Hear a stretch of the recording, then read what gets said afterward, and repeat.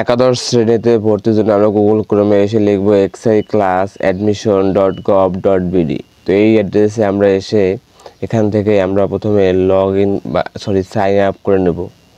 তো sign up করার জন্য আমরা অ্যাকাউন্ট খুলতে হবে। তো অ্যাকাউন্ট খোলার জন্য এখানে দেখুন প্রথমে আপনার যে এসএসসির রোল, তারপর এসএসসির বোর্ড, তারপর এসএসসির পাশের বছর রেজিস্ট্রেশন নাম্বার এবং একটি মোবাইল নাম্বার এবং কনফার্ম মোবাইল নাম্বার দিয়ে আমাদের এখান থেকে সাইন আপ করে নিতে হবে।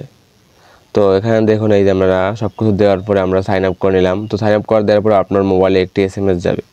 তো এসএমএসে ইডিইউ একটা আইডি হবে, এটা আপনার রেজিস্ট্রেশন নাম্বারটি আপনার ইডিইউ আইডি। তো এইটা আপনি লিখবেন এবং একটি পিন যাবে, আপনার যে মেসেজটা সেটা এখানে একটা ইডিইউ আইডি থাকবে এবং একটি পিন নাম্বার থাকবে। লেখার পরে দেখুন এখান থেকে এসে বাম পাশে আমরা এখানে আবেদন, তো আবেদন করার আগে আমাদের ফি জমা দিতে হবে। তো ফি জমা দেওয়ার জন্য দেখুন আমরা এরকম যখন 150 টাকা এর সাথে 1 টাকা 80 পয়সা কেটে নেবে, তো অগ্রসর হন। তো আমরা এখান থেকে জাস্ট অনলাইন এখান থেকে আমরা মোবাইল ব্যাংকিং সিলেক্ট করে নেব। তো মোবাইল ব্যাংকিং সিলেক্ট করার জন্য আমরা দেখুন এখানে নগদ, বিকাশ, রকেট অনেকগুলো রয়েছে। তো আমি নগদ থেকে দিচ্ছি, আপনি যা থেকে দেবেন সেটা আপনি সিলেক্ট করবেন। তো কনফার্ম করে দিলাম। এবারে আমি আমার নগদ নাম্বারটি এখানে দিলাম। তো নগদ নাম্বারটি দেওয়ার পর আমি এখানে প্রসেসে ক্লিক করব। তো প্রসেসে ক্লিক করার পর আপনার মোবাইলে একটি ওটিপি যাবে, সেই ওটিপিটি এখানে বসাবেন এবং আপনার নগদ অ্যাকাউন্টের পিন নাম্বারটি বসিয়ে দেবেন, দেন প্রসেসিং করবেন। তো প্রসেসিং করার পর দেখুন আপনার সময় নেবে এবং আপনার লেনদেন সম্পূর্ণ হবে, টাকাটা কেটে নেবে। তো দেখুন টাকাটা কেটে নেওয়ার পর এরকম একটা আসবে, এখান থেকে আপনি আবেদনে চলে যাবেন। তো আবেদনে গিয়ে এখানে দেখুন প্রথমে আপনি কোন বোর্ডের আন্ডারে ভর্তি হবেন। তো আমি যদি বরিশাল বোর্ডের আন্ডারে ভর্তি হবে এই ছেলেটি, তো এর জেলা কোনটি, এর জেলা দিতে হবে। ধরুন এর জেলা হচ্ছে এটাই, এর থানা হচ্ছে এটি।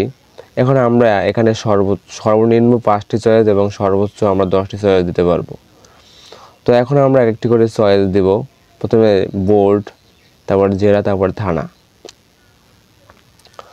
তো এই থানার আন্ডার দেখুন প্রথম সে ফার্স্ট চয়েস, এটা সে প্রথম চয়েস দিয়েছে হিউম্যানিটিস।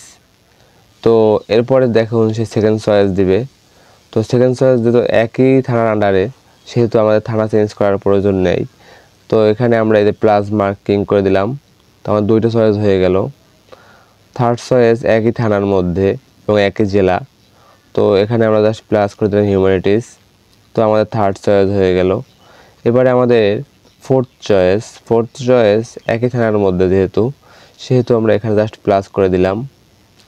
তো প্লাস, তো এখান থেকে দেখুন আমার 4টা হয়ে গেছে এবং আমাদের এটাকে আবার ক্যান্সেলও করা যায়। তো এই যে পাশে দেখুন আবেদন সাইডের পাশে ক্রস চিহ্ন রয়েছে, এখানে কেটে দিলে কেটে যাবে এবং আপ ডাউন উপর নিচ করা যাবে। তো এখান থেকে আমাদের লাস্ট যে চয়েসটি সেটা আমরা দিয়ে দিচ্ছি, ফিফথ চয়েস। তো ফিফথ চয়েস এই যে হিউম্যানিটিস। তো এখন আমাদের দেখুন 5টা চয়েস হয়ে গেছে। দেন আমাদের এখানে দেখুন আবেদন সাবমিট করুন, আপনি সর্বোচ্চ 10টি চয়েস দিতে পারবেন।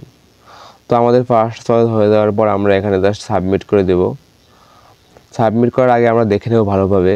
তো এখানে যদি কোনো চয়েস আগে পছন্দ দেওয়ার প্রয়োজন হয় তাহলে সেটাকে আমরা আপডেট করে দেবো। তো এগিয়ে যান, ঠিক আছে। এরপরে আমরা এখান থেকে দেখুন এই পিডিএফ ডাউনলোড করে নেব। আপনি যদি চান যে আপডেট করবেন তাহলে আপডেটও করতে পারবেন। তো এটা আমি ডাউনলোড করে দেন আমরা এটা প্রিন্ট করে নিব। তো এই যে আমরা প্রিন্ট করে নিচ্ছি।